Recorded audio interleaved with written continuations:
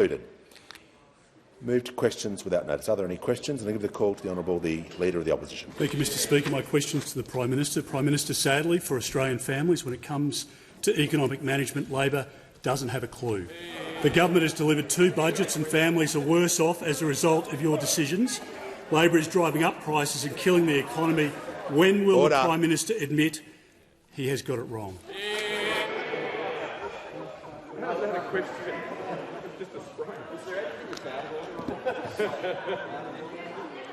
Order. Members on my right, the member for Swan is warned. Time is not to interject while questions are being presented. I give the call to the Prime Minister. Thank you, Mr Speaker, for that word salad from the Leader of the Opposition. Order. The fact is that what we have done is produce a responsible budget. We did that now more than 3 weeks ago. And that budget, of course, took pressure off cost of living through the measures that we had. Order.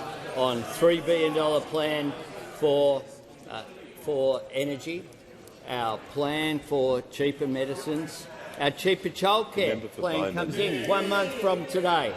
1 month from today. And all of the policies that we put forward, of course, in our budget were fully costed. And I'm asked about government and policy processes and how they impact people. Well, a couple of days after the Treasurer handed down the budget, I note a budget in which I think he might have got one question about the budget ever since in the 3 weeks. In the 3 weeks since from those opposite. Member for O'Connor. 3 weeks ago, the opposition leader gave his budget reply, and at that he had a centrepiece of his budget reply was a policy about JobSeeker, but he failed to release any costings on the night. Failed to release any costings on the night, on the 11th of May. On the 15th of May, he said this: we probably about half of what Labor's proposing to their own measure was his costing. Probably about half. Then on the 16th of May, The Australian reported, in recent days the coalition has briefed out 2 competing costings for its policy, $700 million and in the order of $2.3 billion. Order. Close. Treasurer will cease Close. interjecting. The next day, The Australian reported, opposition leader Peter Dutton has conceded he doesn't know the cost of his marquee budget reply proposal. And then earlier that day he went on Sky to clean it up and he said this: I mean, the difference in the costings is around the parameters and the assumptions, and the Parliamentary Budget Office will finalise that work and that'll be released in due course. 21 days later, no one's still the wiser. Order. Imagine if a Labor leader of the opposition had released a centrepiece of a budget reply and 3 weeks later said, well, it'll all appear in due course, and it might be hundreds of million, it might be billions, we don't know what it is, we don't know what it'll cost, we don't know what the impact will be. Fair dinkum. You're just not up to it. The Prime Minister's time has concluded. The member for Deakin will cease interjecting. The Minister for Indigenous Australians will cease interjecting. The member for Deakin will cease interjecting. So will the Minister for Indigenous Australians. So I can hear from the member for Swan. My question is to the Minister for Early Childhood Education. 1 month from today, the Albanese Labor government's changes to make early learning more affordable come into effect. How will the changes benefit the Australian economy by unlocking the full potential of women's workforce participation? Call to the Minister for Early Childhood Education and the Minister for Youth. Thank you very much, Mr Speaker, and I thank the member for Swan for her excellent question. Indeed, a timely reminder that in just 30 days the Albanese Labor government's landmark reforms to early learning will come into effect, benefiting over 1.2 million families right across Australia, including 6,900 families in the member for Swan's electorate, 7,700 families in the electorate of Hume, 5,800 families in the electorate of Corangamite, 7,500 families in Longman, 5,200 families in the electorate of Goldstein, and 265,000 families in rural and regional Australia, delivering on our commitment to real relief to household budgets of families who we know are struggling with the cost of living, while also improving economic security for women, Mr Speaker. Now, for the average family on about $120,000 a year with one child in care for 3 days a week, those changes will cut costs by $1,700 a year. $1,700. That's money that makes a real difference to families right now. And these reforms pay economic dividends right now, but they also build our country's future. They lay the foundations for a better future, giving children the very best start in life, giving them the foundational skills they need to continue on and be successful in learning and be successful in work.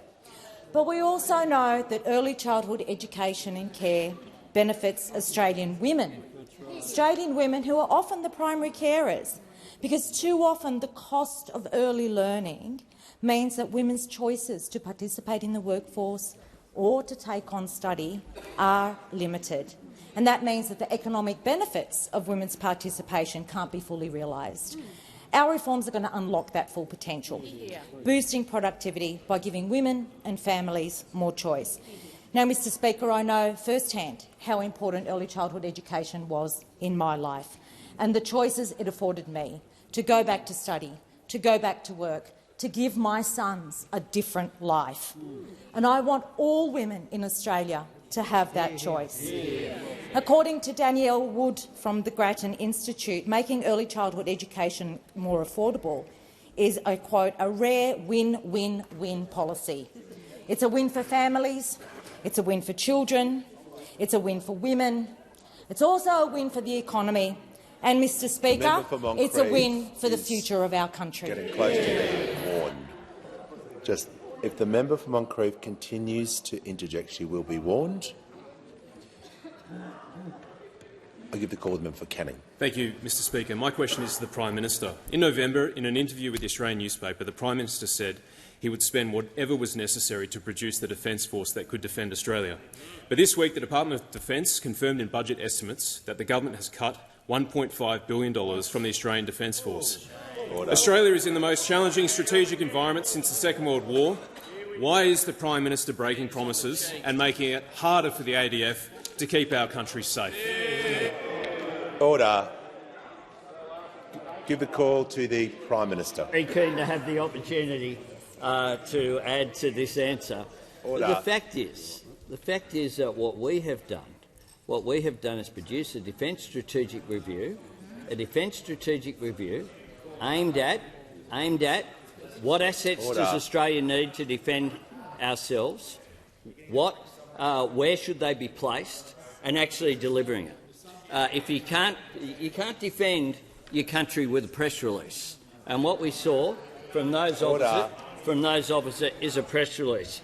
And indeed, the member himself said this, who served as the Assistant Minister for Defence under the Leader of the Opposition, the new Dream Team here, the new 1 and 2 Dream Team. He said this: as the Assistant Defence Minister, I saw a lot of waste. There are always savings to be made. So we're not arguing that there should be no cuts. We want to just make sure they are done in a considered way. If they are done, we also want certainty. Funding AUKUS will require sacrifices. That's what the former Assistant Minister for Defence said, answering his own question. This is questions and answers from the one side today. Order. Members on my right, the Leader of the House. Order. Members on the Minister for Infrastructure. Order. I want to hear from the member for Canning on a point of order. Thank you, Mr Speaker. It goes to relevance, bringing back to the question, which is why is he breaking promises and making it harder for the Australian Defence Force to do its job? Prime Minister has a preamble. I'm listening carefully to make sure he's referring to the estimates and other parts of the question. And I give him the call. Mr Speaker, because on the 31st of October 2022, the member said this: yes, we squandered a lot of opportunity through the leadership changes. He went on to say it created ministerial churn, which led to inertia institutionally, and I think it meant we delayed a lot of those decisions. It's been a criticism, and I think a valid one. Hear, hear. Hear, hear. Hear, hear. But of course it was consistent with his leader, because he said this. The former Defence Minister on the 15th of August last year said, Order. I wish that we could have acquired more capability within Defence earlier. Oh, if only he was in a position. If only he was in a position to do something as the Defence Minister to acquire more capability. Fair dinkum. Fair dinkum. But the Nats haven't missed out either, Mr Speaker, you'll be pleased. Because the leader of the National Party said this on the 13th of March. I think Defence has to put their hand up and acknowledge that much of their procurement over many decades across many different governments has been ordinary at best. Ordinary at best. Give him another one. Order. You've got to ask the question why some of these people still have jobs, to be candid. Indeed you do. Order. The Minister for Pacific Island Affairs will cease being disorderly. Order. I want to hear from the Minister for Defence. I want to hear from the member for Higgins. Thank you, Mr Speaker. My question is to the Attorney-General.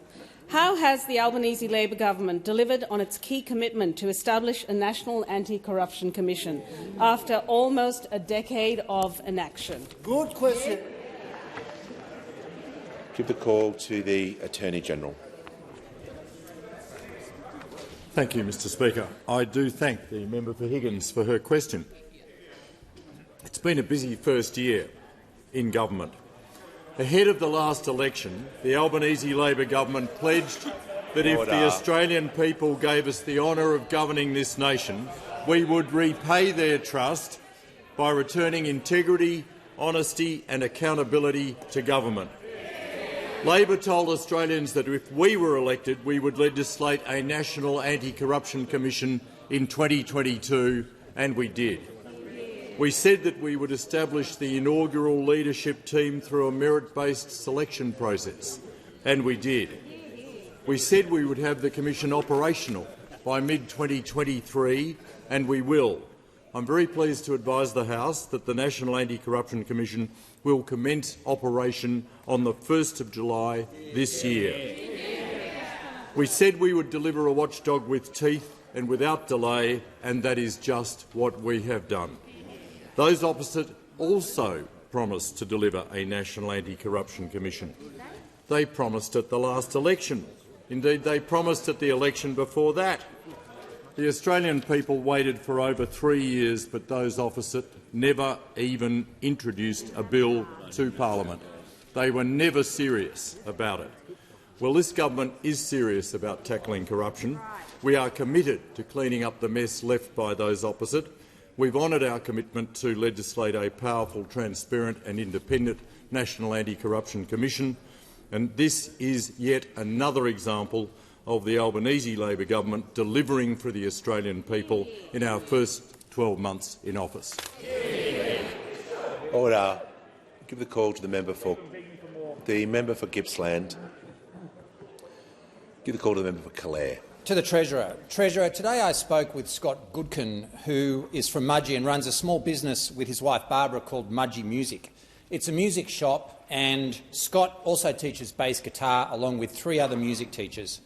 Scott told me that if interest rates keep rising, Mudgee Music and other small businesses face a very bleak future. What is the government doing to bring interest rate relief to home and business owners like Scott and Barbara?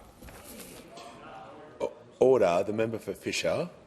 been pretty clear all week about interjecting before ministers speak. Give the call to the Treasurer. Thank you, Mr Speaker, and thank you to the member for Calare for his question and for his representation of small businesses in his local community. I think everybody in this place understands that one of the big pressures on small business and on mortgagees more broadly is the fact that ever since last year interest rates have been going up and people have had to find more in their monthly household or small business budget to cover higher interest rates. I think that is self-evident and well understood. What we have tried to do in the budget, and I'm confident what we have done in the budget that we handed down towards the beginning of last month, is to do what we can to address some of the issues in the economy which are pushing up inflation. Now, we don't preempt or second-guess the decisions taken independently by the Reserve Bank and its board, but what we do is to work out where government can make a meaningful difference when it comes to inflation.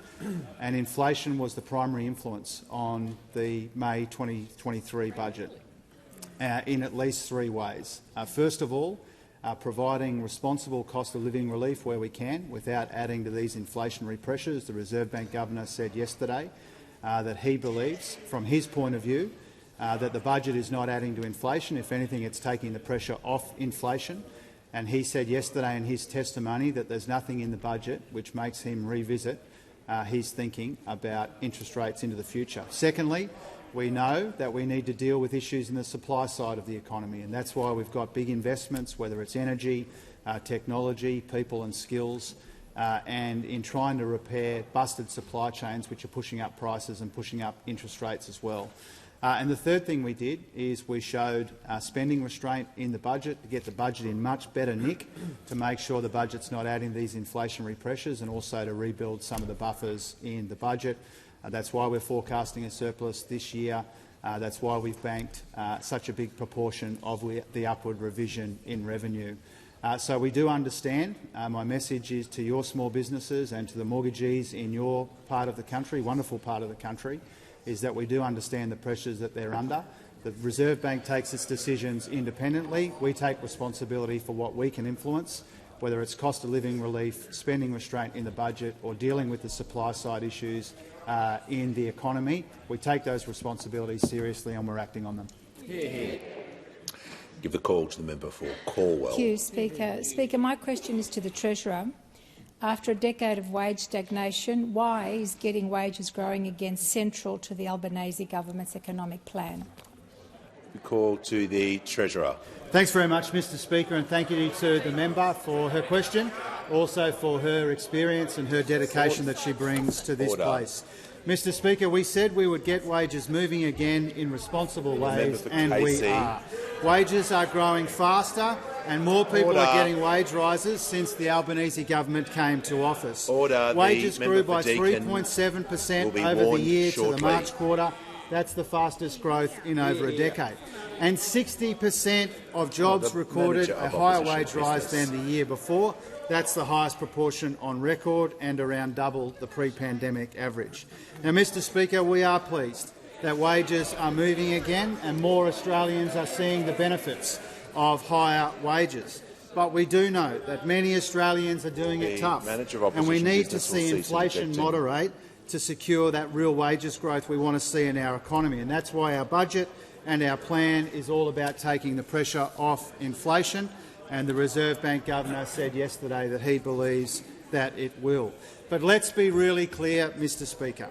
We don't have an inflation challenge in our economy because people on the lowest incomes are being paid too much. This side of the House understands that strong and sustainable wages growth is part of the solution to cost of living pressures felt by many Australians and not part of the problem, as those opposite want to pretend. As the Reserve Bank Governor said yesterday, nominal wage growth at the moment isn't a problem, and nominal wage growth has not been the source of inflation. I want to make that clear. The Treasury Secretary made similar comments earlier in the week. There are no signs of a wage price spiral developing. Tomorrow, the Fair Work Commission, Mr Speaker, will hand down its decision on minimum and award wages, and we will respect whatever decision the independent umpire makes. But the Albanese government will always do what we can to support the wages of workers, particularly the lowest paid workers in our economy. That's why we've supported wage rises for minimum and award wage workers. We funded pay rises for aged care workers in the budget. We changed the law to support secure jobs and better pay. We're making it easier for parents to return to work when they want to, and we're investing in industries that create secure, well-paid jobs into the future. Mr Speaker, getting wages moving again is a deliberate design feature of the Albanese Labor government.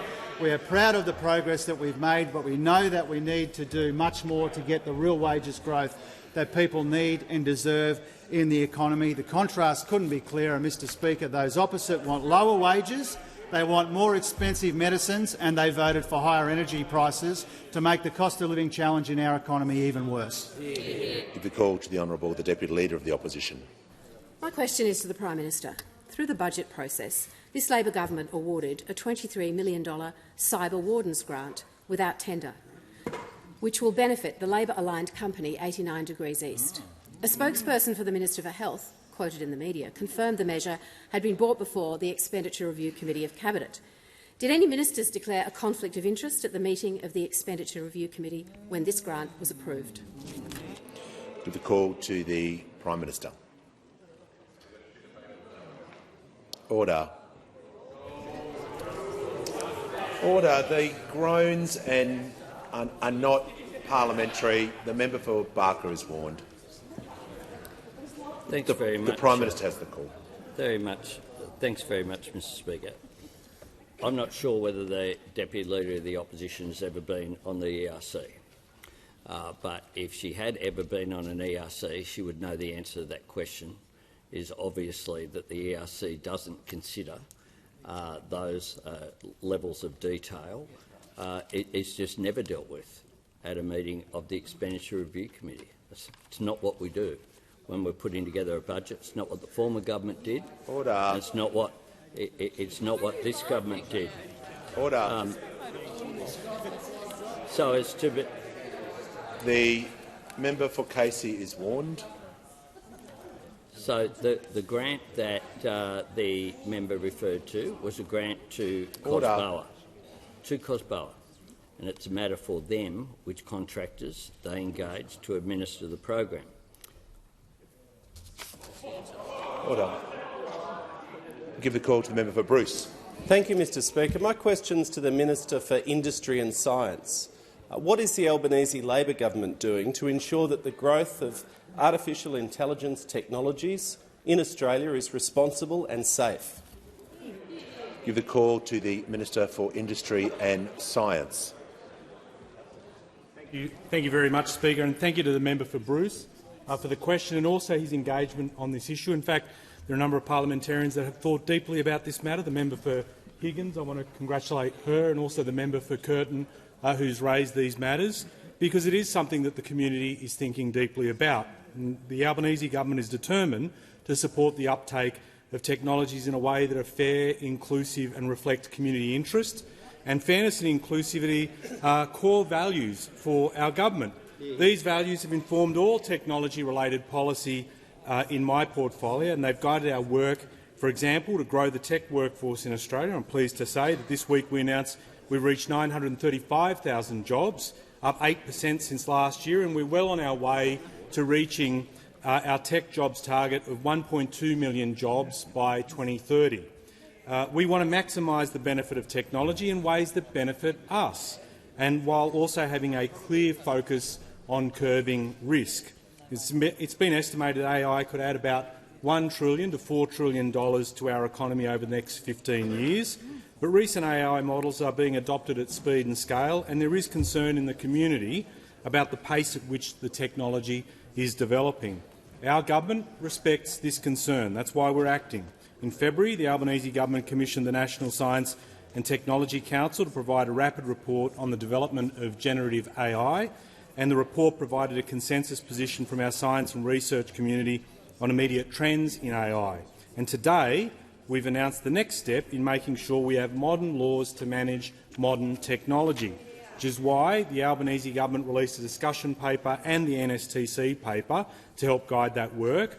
Our discussion paper is Safe and Responsible AI in Australia, looks at existing regulatory and governance mechanisms in our country. It sets out actions being taken in other parts of the world. It considers whether additional risk-based rules are needed. It sets the strictest safety rules for high-risk uses of AI. It also wants to be clear on the kind of transparency and monitoring required for AI being able to be used to be making decisions about people's lives. And the discussion paper is backed by an immediate investment in industry adopting AI in responsible ways. Today's discussion paper brings together several Albanese government values: being a government that acts on science, is led by science, drawing on our National Science and Technology Council expertise, working together across portfolios. Ministers Burke, Dreyfus, Clare, Rowland, Gallagher, all looking at these issues deeply, integrating national wellbeing and economic prosperity. Again, we want modern laws to manage modern technology. The call to the Honourable Deputy Leader of the Opposition.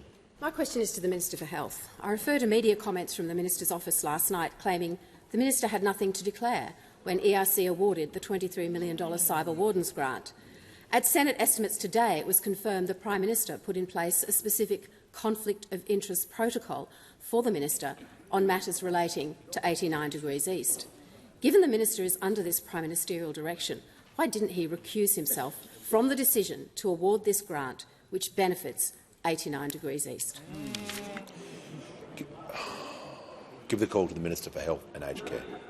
Well, thank you, Mr Speaker. I welcome this question because I and the rest of my ministerial colleagues, I can tell you, take the Prime Minister's mandatory ministerial code of conduct very, very seriously. After my appointment as the Minister for Health, I made all of the appropriate declarations to the Prime Minister that are required by the code. Out of an abundance of caution, that included my wife's engagement with 89 Degrees East, in spite of the fact that her contract for services with that company had concluded in late 2021 in anticipation of the birth of our child. But given the possibility that she might enter a new contract for services at some point in the future, which she did ultimately in February of this year, arrangements are in place to manage any potential conflict consistent with long-standing practice for ministers of both sides of politics and their spouses. We'll pause. I'll hear from the Deputy Leader of the Opposition. Give her the call. Mr Speaker, and it refers to the Minister's answer, which was why didn't he recuse himself from an ERC decision that his own spokesperson— Order. We'll hear from the Leader of the House. On relevance, the minister is being clearly relevant to the question that was put before him. I get that the Deputy Leader is familiar with the concept of what it does look like when someone breaches the ministerial code. Order. Order. Ministers on my right will cease interjecting immediately. Manager of Opposition Business. That is a completely inappropriate comment from the Leader of the House, as he knows well, and he should withdraw it.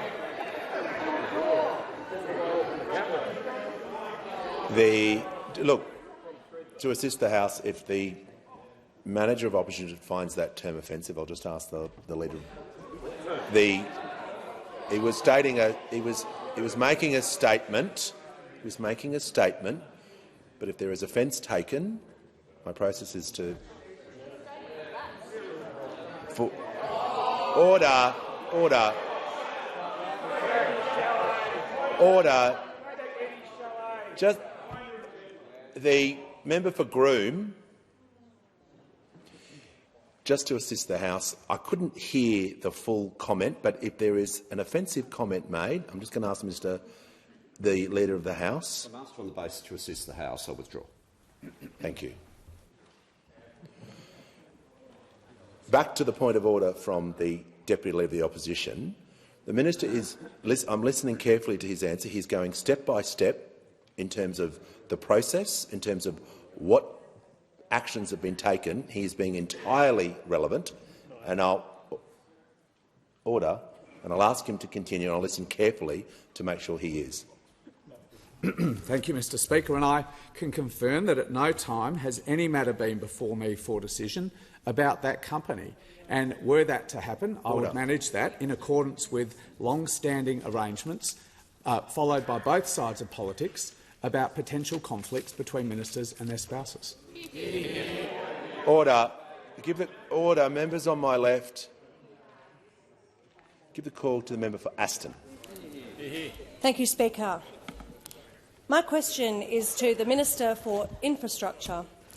How is the Albanese Labor government reversing previous approaches and delivering on its commitment to make Australia's cities and suburbs, including in my electorate of Aston, even better places to live, work and raise a family? I give the call.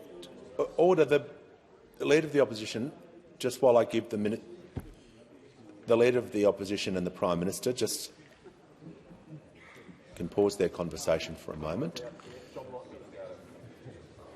want to give the call. The Leader of the Opposition, I haven't called the Minister yet. And I'm trying to give the call to the Minister for Infrastructure, Transport, Regional Development and Local Government, who's just been asked a question in the House, and she has the call. Thank you very much, Mr Speaker. Can I thank particularly the member for Aston for her question? She knows what it is like to grow up, to raise a family and to work and live within our great suburbs across this country. Well, just over a year ago, the Australian people elected the Albanese Labor government to restore a national vision for our cities and our suburbs, and we're getting on with the work of doing just that.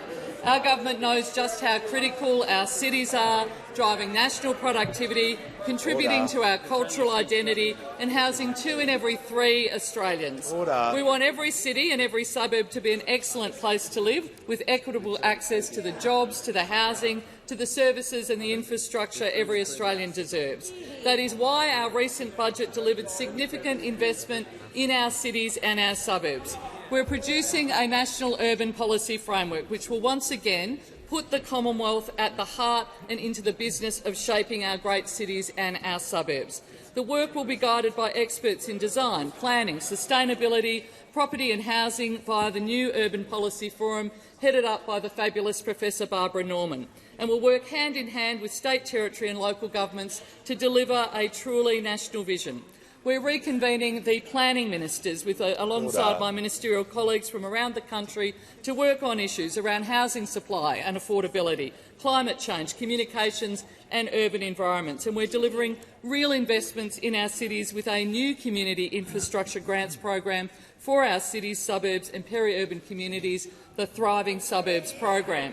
For the first time in recent memory, every single part of Australia has a transparent, open and merits-based program to apply for community infrastructure that they need.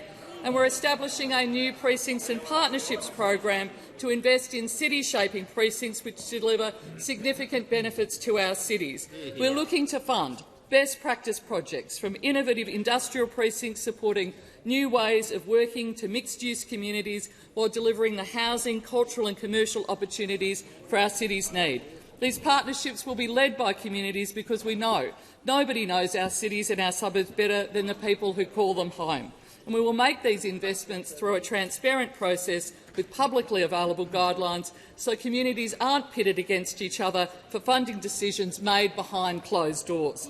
Our cities are amongst the best in the world, but we know they can be even better.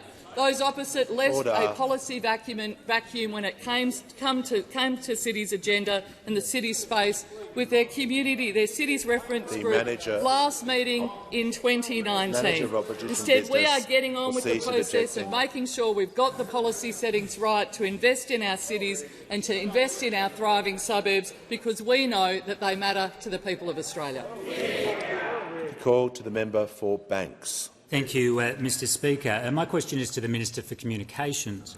According to a recent analysis, the Member of Parliament who has accepted the largest amount of tickets and hospitality from the gambling industry is the Minister. The total number of ticket and hospitality packages from the gambling industry accepted by the Minister is 10. Given her role in regulating gambling advertising, does the minister think this is appropriate? Give the call to the Minister for Communications.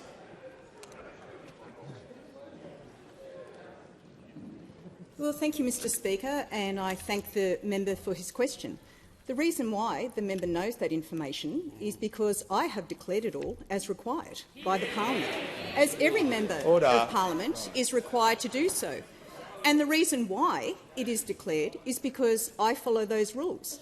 Now, I made it very clear some time ago in our public forum, where the honourable member was also present, that I had made a personal decision, although I did comply with all the rules, that I understood there was community concern around this issue, and I made a conscious decision that I would no longer accept any donations from gambling companies, nor hospitality from gambling companies. Now, if the honourable member was asked the same thing, as I do recall, he was unable to answer that question himself.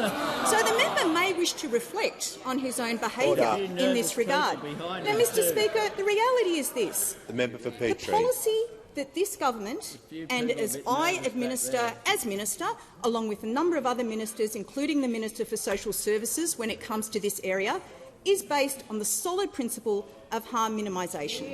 This government will be judged on its delivery. And again, I ask, Mr Speaker, the member may wish to reflect on the fact that during their whole time, their nearly 10 years in office, they failed to make a dent in this area, failed to make a dent. They proceeded at a glacial pace when it came to the National Consumer Protection Program, which was designed for this very purpose. They failed when it came to administering their own reports that they received about banning credit cards for online gaming. They failed to act, and they failed to even release the Stevens Review when it came to classification for simulated gambling in children's games. So if the minister wishes to come here and ask any member of this parliament about their commitment to harm minimisation or in any respect, Shadow Minister, sorry about that. If anyone wishes to come here and reflect on any member of this side, the fact that these matters are known is because A, they are declared, and B, they should be well aware that this government takes its responsibilities very seriously when it comes to that adherence, but also this is a government that will be judged on its record when it comes to harm minimisation, and those opposite failed to deliver in 10 years. Order. Give the call. Order. Give the call to the member for Fraser. Speaker, my question is to the Minister for Cyber Security. How is the Albanese Labor government delivering increased cyber security and resilience to fix the mess left by the previous government? Give the call to the Minister for Home Affairs and Minister for Cyber Security. Thank you, Speaker. And can I thank the fantastic member for Fraser for his question and just acknowledge his brilliant advocacy for his community. Speaker, cybersecurity affects the lives of every single Australian, and it is absolutely critical to our national security. So, Speaker, the honourable member is right. It was a great pity for us to arrive in government a year ago to find that Australian cybersecurity was in an absolute mess. We had no policy leadership. We had no real attempt to coordinate the work of cyber being done across government or indeed across the economy. We had no cyber incident response function in the Australian government. We were left with a cybersecurity framework that was 5 years out of date and a privacy framework that was a decade out of date. And none of this is particularly surprising, Speaker, because I'm getting a little bit of interjection. There's a few people who are touchy about this. But, Speaker, none of it is surprising because the truth is that the former government did not even have a cybersecurity minister. So what were they expecting? Now, this astounds me because of the scope and scale. The minister will resume her seat. The manager opposition will withdraw that comment. I withdraw. I ask the minister in continuation. Speaker, the absolutely appalling leadership shown by the former government astounds me because of the scope and scale of this problem. We were told last year by the National Australia Bank that they are subject to 50 million cyber attacks a month. The Australian Taxation Office subjected to 3 million cyber attacks a month. And what we know about this problem is that it is likely to get significantly worse over the coming years. We've got changing technology, which the Minister for Science and Industry talked about before, which will radically change this landscape. We've got a geopolitical situation that's very challenging for our country. Speaker, there is a huge amount of phenomenal work occurring now within the Australian government on this matter. We've set up the Hackers Task Force, a 100-strong force of ASD and AFP officers who are hacking back at the criminals who seek to do us harm. We've taken over leadership of the Counter-Ransomware Initiative, a 38-country organisation which is assisting us in tackling this global problem. We have declared 82 systems of national significance. These are the pieces of infrastructure in our economy so important that if they did come under cyber attack, it would constitute a national security incident. We've set minimum cyber standards now for 11 sectors in the Australian economy. Now, Speaker, last week we kicked off the new National Cyber Security Exercise Program. This is a very important part of our national defence. The truth is, even if we do everything we can to prevent cyber attacks, we cannot reduce cyber risk to zero. So what is just as important as the deterrence piece is what we do when we think about recovery. Speaker, the first cyber exercise kicked off in financial services, so the government for the first time brought together the banks, the regulators and the parts of government that would assist if our financial services system came under attack. A business leader who participated in that program texted me on Friday night saying that it was the best government and industry collaboration he has ever worked in. And I'm really proud of that, Speaker, proud of my department and proud of this government doing this important work for the first time for our country. Order. Before I call the member for Clark, I'm pleased to inform the House that President of the Gallery today is Mr Tom Smith, the State Member for Bundaberg in the Queensland Parliament. A very warm welcome to you. Give the call to the member for Clark. Speaker, my question is to the Minister for Aged Care. Minister, most recommendations of the Aged Care Royal Commission have not been implemented, nor have the sector's pleas for more funding been met. As a result, many service providers can't reliably provide high-quality care, facilities are closing and numerous providers are facing difficult choices about whether they even stay in business. Minister, beyond some extra nurses and a pay rise, when will all 148 Royal Commission recommendations be implemented? Order. The Minister for the NDIS will cease interjecting. It's far too much. Order. There was far too much noise at the conclusion of that question. Give the call to the Minister for Aged Care and Sport. Yeah. I thank the member for Clark for his question. And like him, the Albanese Labor government has always recognised the steep challenges that face the aged care industry in this country, and we've never shied away from the scale of the response required. And I would argue that we have acted urgently in the first 12 months to address the scale of the crisis that we have confronted. And that is why I travelled to the member's home state of Tasmania earlier in this year to listen to the workers and the residents and the facility managers on the ground to 8 different facilities across Tasmania to hear their experiences and their ideas about how we address these problems and how we address them urgently. And I would argue that we have. A historic $36 billion funding injection in the budget is something the scale of which has not been seen in this parliament on aged care, and I think that that's important and meritorious. Also, this budget, that is only 3 weeks old, directly addressed 46 of the Royal Commission recommendations. 44, I'm sorry, 44. And that means that in our first 12 months in government, of the 148 recommendations, we've now addressed 69, which is almost half. And I accept there's a long way to go, and I've never shied away from the fact that we do have much more to do. But to go from 9 out of 148 in 15 months to 69 out of 148 in 12 months, I think expresses the scale of the urgency and the gravity that we take this problem. Now, to your point about providers facing difficult choices about staying open or closed, I direct you to Catholic Health, the Chief Executive, Pat Garcia. They run more than 25,000 aged care beds in this country. That is a huge number. They say that after this budget and the measures that were put in this budget, their providers are reassessing the once questionable viability of facilities in light of the new numbers that they saw in the budget. Southern Cross Care Queensland CEO Jason Eldering, who runs 12 homes in my home state, said that we welcome the government's budget because all new investment in aged care is welcome. Now, you've already mentioned our $2.5 billion commitment to 24/7 nurses and to increase care minutes, and to our life-changing $11.3 billion commitment to the pay rise for aged care workers. These are significant measures. These are unprecedented measures for aged care. They respond directly to the Royal Commission. And I also would say I think the member appreciates the need for honesty and for nuance in dealing with complex problems in an industry like aged care. So, to go to the facility closures, there are closures, as there have always been, and that is not because of our staffing requirements. The facts are that there are more beds opening in aged care than there are closing. That's right. And more facilities closed in the last year of the previous government than have closed in the first year of our government.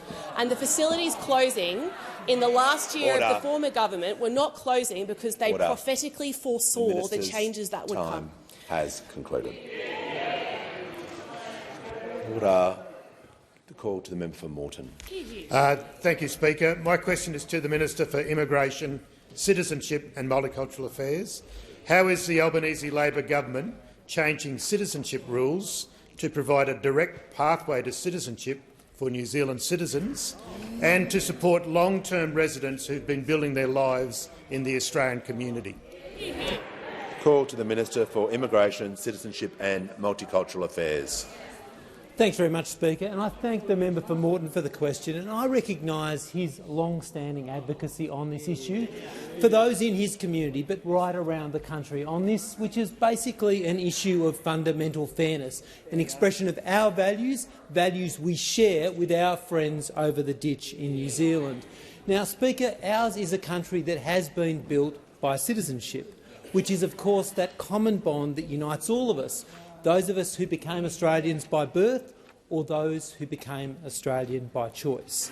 This lies at the heart of a unified, cohesive and inclusive nation. Now, back in 2001, changes made by the Howard government made it much more difficult for New Zealanders in Australia to attain citizenship, and this had the long-term impact of creating a generation of permanently temporary migrants in our country. Now, we recognise that there are many New Zealanders here on special category visas who've been stuck without a clear pathway to citizenship, despite their contribution, raising their families here, working, paying taxes, contributing in voluntary capacities and building lives in Australia. And through my entire time in Parliament, Speaker, I've been engaging with this community and listening to their stories, some of which are very challenging, particularly in terms of some of the children in these families. And I want to acknowledge all of them who've been telling these stories, sharing them with me and my colleagues, in particular the Treasurer and the Minister for Home Affairs, who have been relentless advocates for their cause. I also want to recognise AusKiwi, the organisation that has brought together this story. Now, we've listened, and of course, under Prime Minister Albanese, we have acted. And from 1 July, New Zealand citizens living in Australia will now have a direct pathway to Australian citizenship. All special category visa holders will be able to apply directly for citizenship, as long as they meet the residence and other requirements. Now, these are changes that reflect the closeness of our relationship. It's a fair change, and importantly, it reflects the circumstances of Australians living in New Zealand. It is important to note that as a result of this change, eligible applicants will not be considered Australian residents as defined under the Social Security Act. But this will enhance people's economic and social integration into the community and provide additional opportunities, particularly for young people thinking about further study and, of course, for involvement in the ADF and the Australian Public Service. Mr Speaker, we are prepared for these changes next month because we've done so much work dealing with the citizenship backlog. As I've informed the House previously, we have slashed processing times. There's more to be done in this respect, but the caseload of citizenship applications is now at its lowest level for more than 6 years. This will facilitate us making more real our bondship with our friendship with people in New Zealand. Give the call to the member for Wide Bay. Thank you, Speaker. My question is to the Minister for Infrastructure and Transport. This year alone, my community of Wide Bay has seen 20 people killed on our roads, 5 on the Bruce Highway. The previous coalition government committed to funding the life-saving Tyro bypass on the Bruce Highway. Can the minister confirm whether this project is subject to her infrastructure review? And if it is, why hasn't it been quarantined from the review, as has been done with the Brisbane Olympics? Give the call to the Minister for Infrastructure, Transport, Regional Development and Local Government. Thank you very much, Mr Speaker, and I thank the member for the opportunity to talk about the importance of the infrastructure investment pipeline, the integrity of that pipeline and the review that we are undertaking. The first thing I do want to say is that every single dollar of the $120 billion 10-year pipeline remains in the budget. We are committed to keeping that $120 billion pipeline.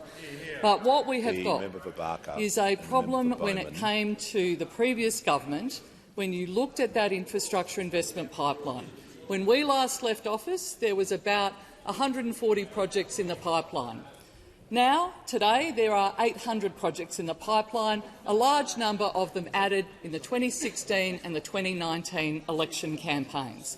There are 800 projects, incredibly important, that we actually look to see, can we deliver every single one of those? And the problem I am faced with, that I was left by the previous government, the mess that you left, is that you were more interested in the media announcement, you were more interested in the press release, you were more interested in standing there in your communities saying you were going to deliver than actually deliver. So in order to actually fund every one of those 800 projects would require billions and billions and billions of more dollars. So what we are trying to do is make sure that that $120 billion pipeline has projects that can be delivered. They are important projects, and I look forward to engaging with members as that review concludes. Give the call to the member. The minister's concluded her answer. Give the call to the member. Order. The member for Riverina.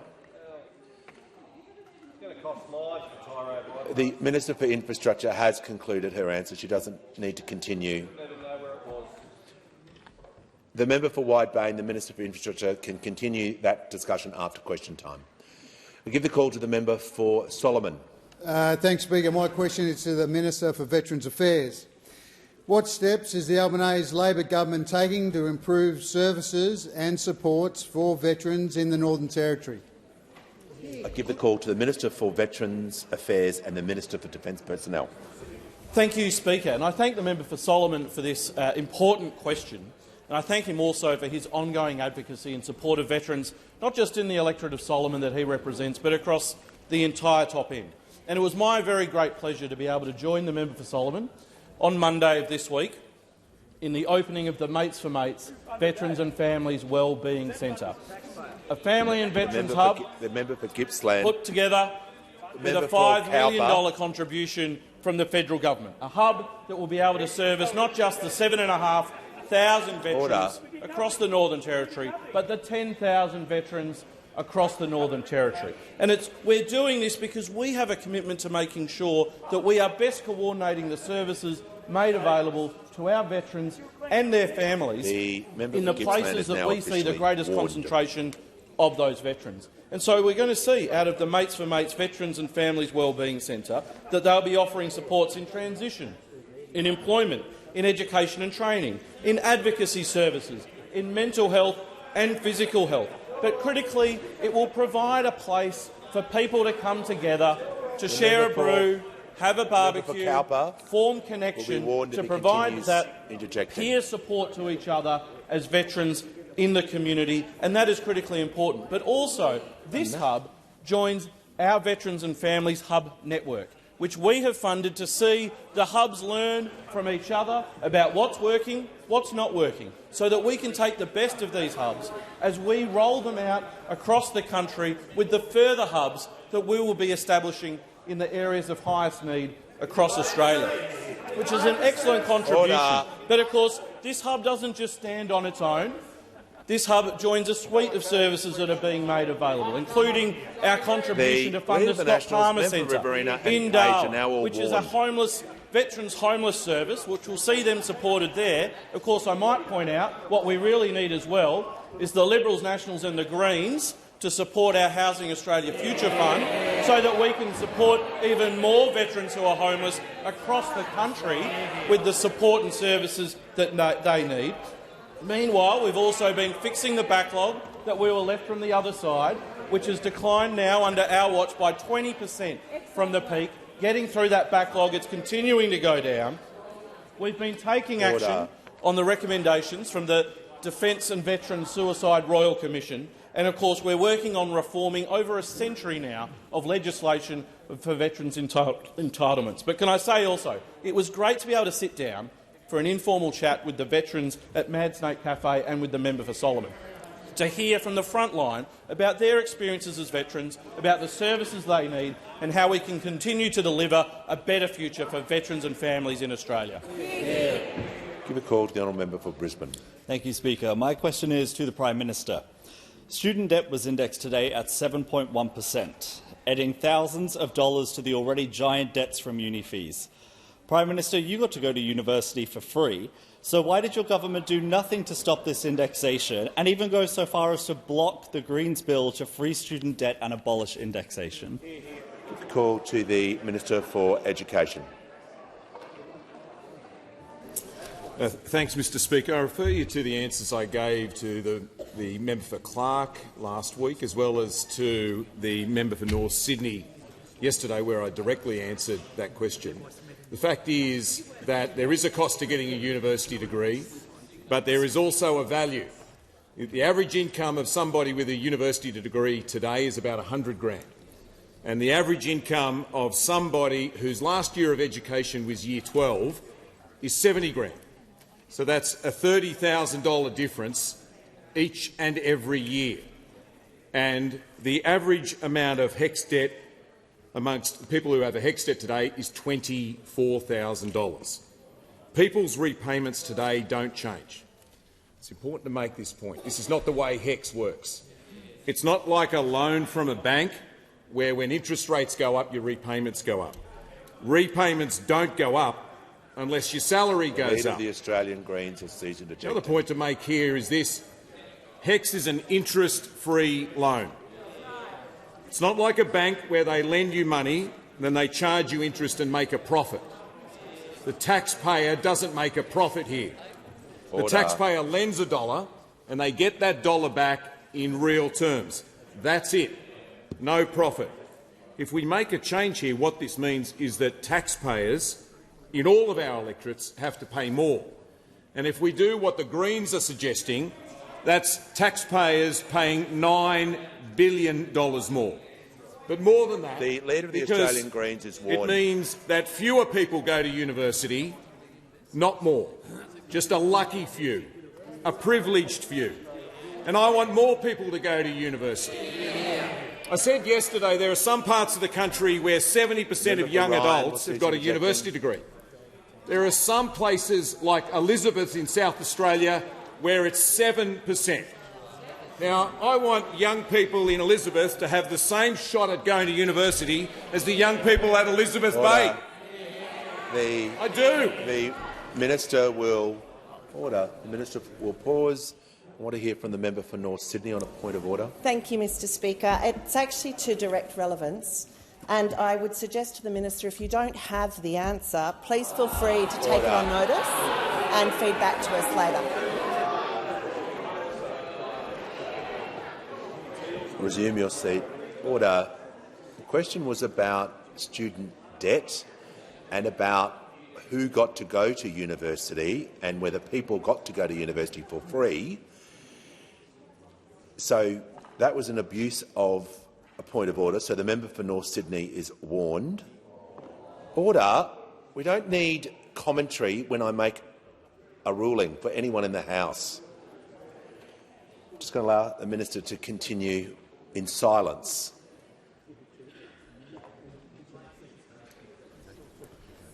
Mr Speaker, I want more people from poor backgrounds to go to university. I want more people from the regions to go to university. I want more people from the bush to go to university. I want more Indigenous Australians to go to university. And I've got to tell you, if we're going to use taxpayers' money to invest in our universities to help more people to go to university, then I make no apologies in saying I want it to be them. Yeah. Order. The member for Mitchell. The member for Mitchell will cease interjecting. I want to hear from the member for Cunningham in silence. Thank you, Speaker. My question is to the Minister for Government Services. What are the lessons for the NDIS and Government Services portfolio, given the evidence before Senate estimates this week, on the contracts presided over by the department under the former Minister Stuart Robert? The Minister for the National Disability Insurance Scheme and the Minister for Government Services has the call. I thank the member for Cunningham for her question. The Senate estimates this week heard some evidence about the allocation and conduct of a particular contract given to a company called Salesforce.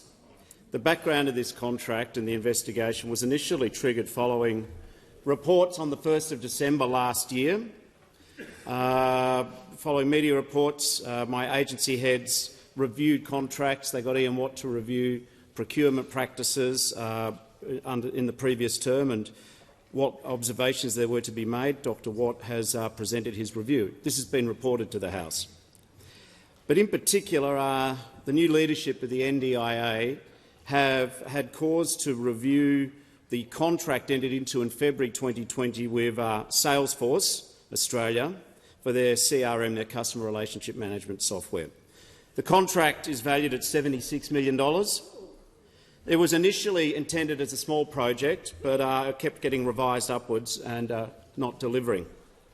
Around the time the contract was entered into, there was a push to use Salesforce and other agencies across government. I'm informed that Microsoft was offering a similar product, but at a third of the cost. Within the agency, the NDIA, it was pushed by senior staff, including specifically hand-picked appointees of the previous government. The member for Fadden was the minister at the time. There were questions asked about the appropriateness of the contract, and the contractor who asked this question was sacked in 2021 under the previous government. After the change of government, Ernst & Young had been brought in to do assurances and advise on the project. The problem is, I'm getting advice that we should be careful. I think you guys should have been a lot more careful when you were in charge. Potential issues include, and these are serious matters, the procurement documents, the assessment of alternative products, who was responsible officer for this project, how did they satisfy themselves there was value for money. So yet again, there seems to be an association between the missing member for Fadden, dodgy contracts and controversy. The CEO has confirmed that the contract was initiated when the member for Fadden was minister. I can now advise the parliament it's been referred to a forensic auditor. Staff have been referred to the APSC Commissioner. It was not ruled out going to the National Anti-Corruption Commission, and also what we heard in committees yesterday, and it was a bit ironic listening to some of the earlier questions from the opposition today, a parliamentary committee chaired by the member for Macquarie has reviewed whether or not the former MP declared his friendship with the Consultants 360, and no conflict of interest was ever declared by the member for Fadden yet again. The call to the member. Order. The call to the member for Durack. Thank you, Mr. Speaker. My question is to the Minister for Indigenous Australians. Order. Does the minister agree with the following statement from a member of the government's Voice referendum working group? And I quote. Order. The Voice Order. will be able to. The member will resume his seat. The member for Latrobe is definitely out of order, interjecting. I'm trying to hear a question. I've got the member for Petrie, the minister having a conversation, which I can hear from here. So we're just going to reset the clock and allow the member for Durack to ask her question in silence. Give it the call. Thank you, Mr. Speaker. My question is to the Minister for Indigenous Australians. Does the minister agree with the following statement from a member of the government's Voice referendum working group? And I quote, "The Voice will be able to speak to all parts of the government, including the Cabinet, ministers, public servants and independent statutory officers and agencies such as the Reserve Bank. The parliament won't be able to stop the Voice making those representations. It can't shut the Voice up." End of quote. Give the call to the Minister for Indigenous Australians. Thank you, Mr Speaker. The referendum working group that the member refers to is a group of Indigenous people, both from the Torres Strait and from mainland Australia. They are eminent leaders. They include Ken Wyatt, the previous Minister for Indigenous Affairs in the last government. It includes people like Noel Pearson.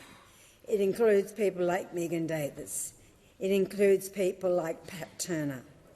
These are serious people, and they have guided the government on the way in which we have conducted ourselves in relation to the Voice for the Parliament.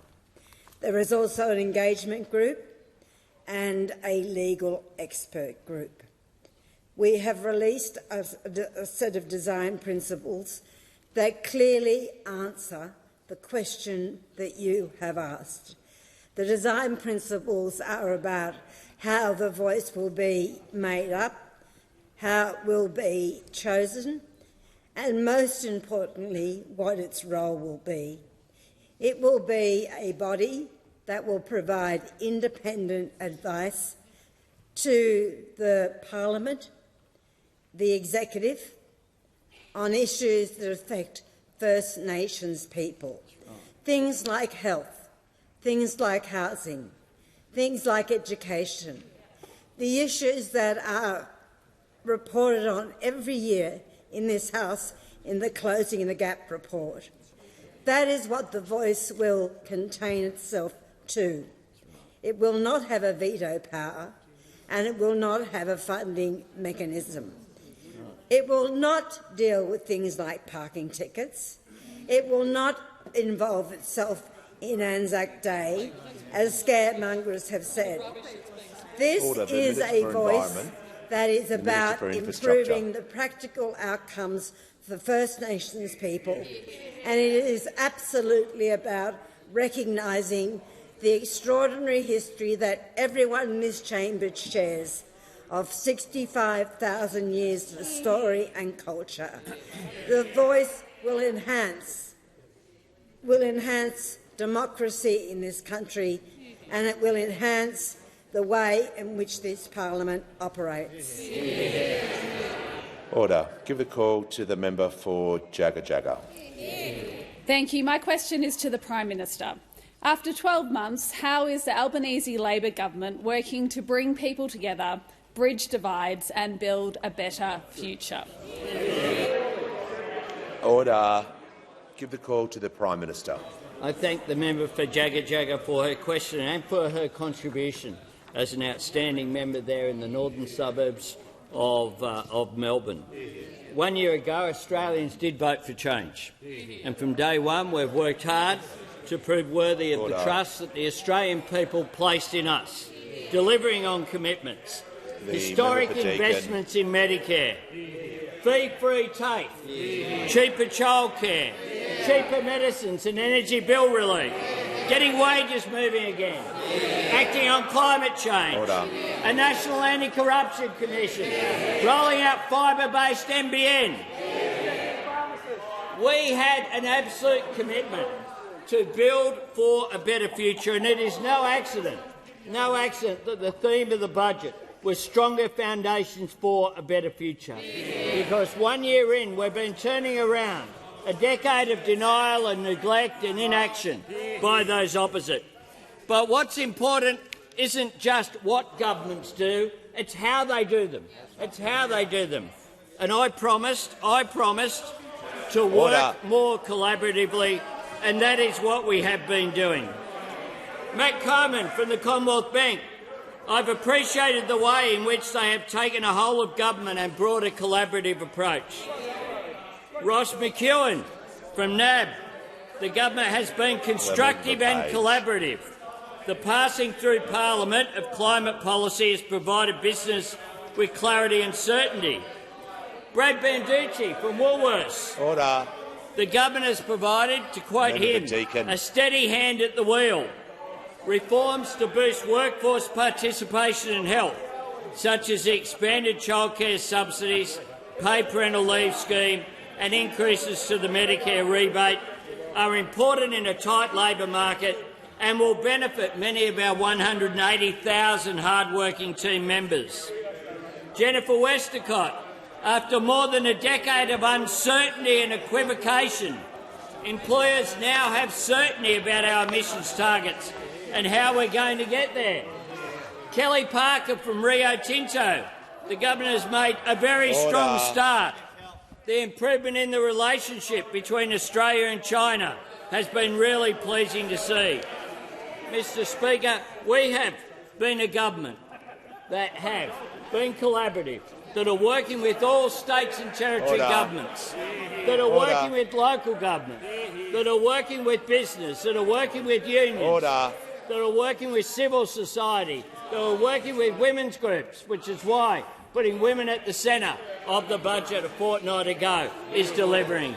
Because we want to deliver a better future and we want to take Australians with us on that journey of change.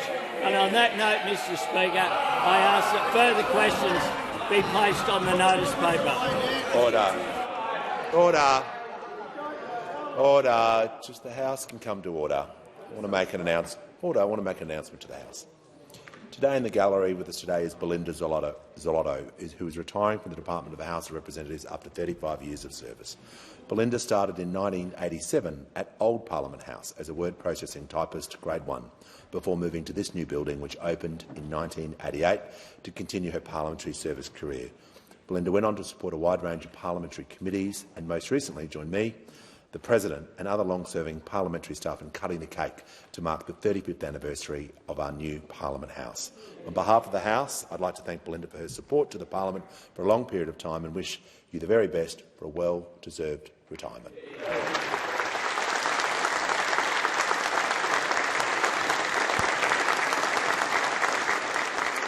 The Manager of Opposition Business. Mr Speaker, I seek to make a personal explanation. Do you claim to be misrepresented?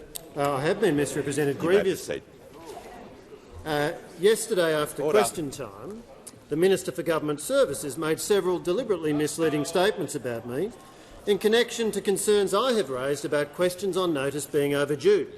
I can inform the House of the following. During the November-December round of Senate estimates last year, the Minister failed to respond to over 160 questions on notice by the deadline set down by the committee. And during the February round of Senate estimates, he failed to respond to over 340 questions on notice by the deadline set down by the committee. When asked by opposition senators if in fact these questions were overdue, the Chief Executive Officer of Services Australia answered, quotes, all of them were overdue.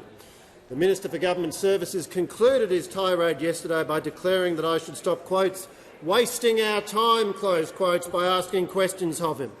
This kind of arrogant contempt for entirely legitimate processes of a parliamentary scrutiny of executive government should trouble any Australians concerned about the operation of our democracy. For the benefit of the Minister, I can advise him that the next round of questions on notice for Services Australia are due on Friday, 14 July 2023. I trust he will focus his attention on answering these questions rather than preparing fictitious and mendacious personal explanations. I present the Auditor-General's Performance Audit Report No. 30 of 2022-23 entitled Probity Management in Financial Regulators, Australian Prudential Regulation Authority, Australian Prudential Regulatory Authority. And a Leader of the House with papers. Mr Speaker, this document is tabled in accordance with the list circulated to honourable members earlier today. Full details of the document will be recorded in the votes and proceedings. I've received a letter from the honourable member for Fairfax. My apologies. The member for Fraser. Thanks. Speaker, as Chair of the Standing Committee on Economics, I rise to report back to the House on a significant matter that I raised earlier this week. On Tuesday, I informed the House of an unauthorised disclosure of the contents of a private briefing to the committee by the Reserve Bank Governor, Mr Philip Lowe, on the 24th of May. As I noted on Tuesday, details of the briefing subsequently appeared in 2 articles in the Australian Financial Review on 24 May and 26 May.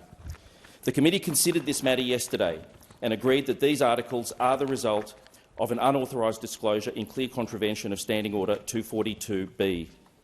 In investigating this matter, the committee has concluded that, on this occasion, the unauthorised disclosure is unlikely to have caused substantial interference to the work of the committee or the House, such as to amount to a potential contempt under the Parliamentary Privileges Act.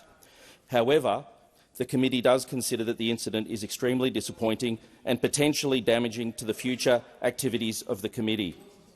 Each member of the committee and Secretariat gave an assurance that they had not disclosed the contents of the committee's report or proceedings to any person not authorised to receive the information. In light of this, the committee's view is that it would be difficult to determine with any certainty the source of the disclosure. It is highly regrettable that this serious breach of standards has occurred, given that the Economics Committee is an important policy-focused committee which has benefited greatly from good faith interactions with regulators, experts and stakeholders from across the financial sector and the broader economy. I stress that those who leak confidential committee deliberations demonstrate a lack of respect for their colleagues and for Parliament while undermining public trust in our democracy. I want to remind again all those involved with parliamentary committee processes of the importance of observing the rules against unauthorised disclosure of committee proceedings. Such breaches erode public trust and have a clear adverse impact on our work as committee members and as stewards of the Parliament's reputation. I thank the House. Thank the member. I've received a letter from the honourable member for Fairfax proposing that a definite matter of public importance be submitted to the House for discussion, namely rising energy